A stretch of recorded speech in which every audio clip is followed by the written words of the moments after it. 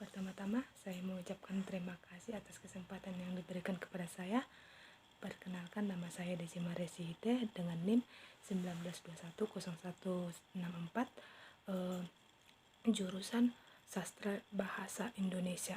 Saya bekerja di bidang jasa, yaitu sebagai babysitter di salah satu rumah tangga yang ada di Parongpong. Alasannya saya memilih untuk bekerja babysitter itu karena waktu dapat saya bagi pagi untuk bekerja, sorenya untuk kuliah. Yang kedua, kenapa saya memilih jadi babysitter? Kenapa tidak pekerjaan lain? Karena saya belum ada pengalaman bekerja di lapangan, dan berhubung saya kuliah kelas malam, jadi otomatis kalau saya ibaratkan bekerja suatu perusahaan, pasti pembagian shift kerjanya tidak menentu, dan itu akan membuat saya jadi bingung yang mana harus saya utamakan. Seandainya saya memilih fokus untuk kuliah, dari mana saya bisa bayar uang kuliah. Jadi saya memilih pekerjaan sebagai babysitter karena waktu dapat saya sesuaikan, dan berhubung waktu kerja jadi babysitter itu waktunya sudah pasti. Yang ketiga, pertama-tama saya lihat dulu umur berapa sih anak bayi yang saya jaga. Misalnya 0-2 tahun, saya kenalkan dulu dengan si anak dengan cara saya harus berada di dunia si anak tersebut, yaitu dunia anak-anak. Saya harus memiliki hati yang lemah lembut, sopan, mudah tersenyum, dan ceria. Kenapa? Karena si anak tersebut akan melihat ekspresi kita, kelemahan lembutan kita, sehingga membuat si anak tersebut merasa nyaman. Intinya, kita harus sabar untuk menghadapi anak, karena jadi babysitter adalah ada enaknya dan ada juga enggak enaknya. Sebagai babysitter juga saya harus mengerti perasaan si anak tersebut. Kalau dibilang capek, ya capek juga sih. Pekerjaan apapun yang kita lakukan pasti capek.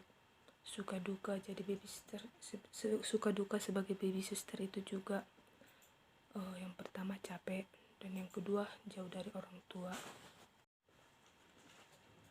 Yang keempat, tips cara mengambil hati anak biar aku dan pekerjaanku nyaman dan si anak bayi nyaman berkomunikasi dengan saya. Maka saya menggunakan tips sebagai berikut. Yang pertama, aktif berkomunikasi, dimana sebagai babysitter saya harus aktif berkomunikasi dengan si anak.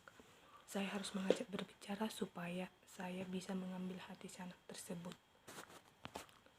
Yang kedua, ketahui apa yang anak sukai dan tidak sukai, karena anak kecil itu pengen dimengerti, jadi pengen diperhatiin, dan si anak tersebut pengen kita pengertian dia. Contohnya si anak tersebut tidak suka makan sosis, padahal kita memberi dia sosis, otomatis dia akan ngamuk-ngamuk dan juga rewel, karena kita tidak tahu dia itu suka atau tidak dari awalnya.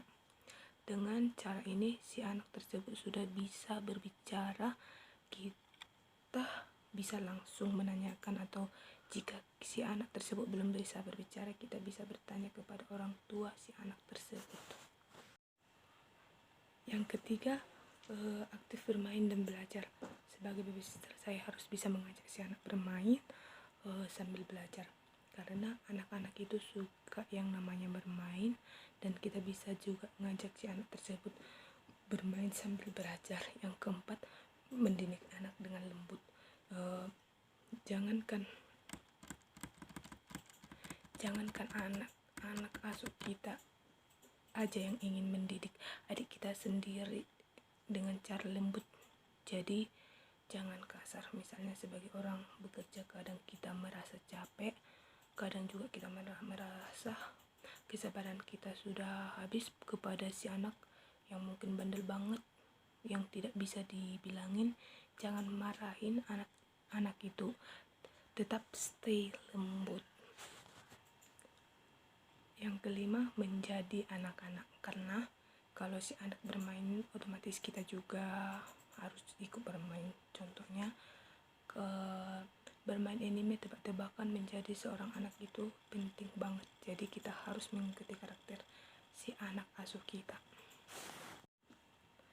Pada yang kelima, pada usia 2-3 tahun, secara emosi mulai muncul keras hati anak, atau yang sering dibilangin orang mulai bandel.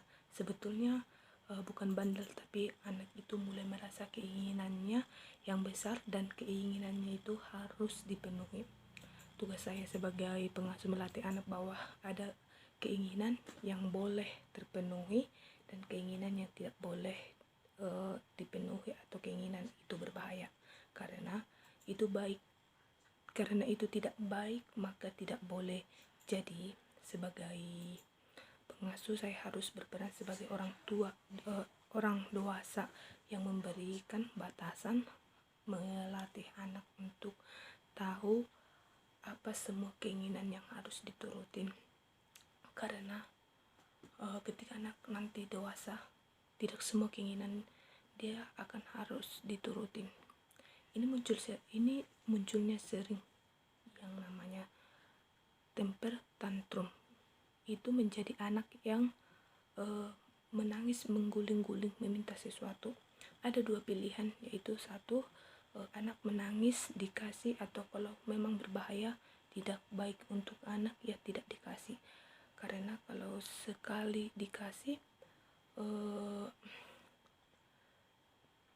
dia akan menangis. Dikasih itu berarti yang dikasih pengasuh atau orang dewasa ke anak adalah pakailah cara menangis, maka pasti kamu dapat hasilnya. Jadi kalau ini terus-menerus dilakukan, semakin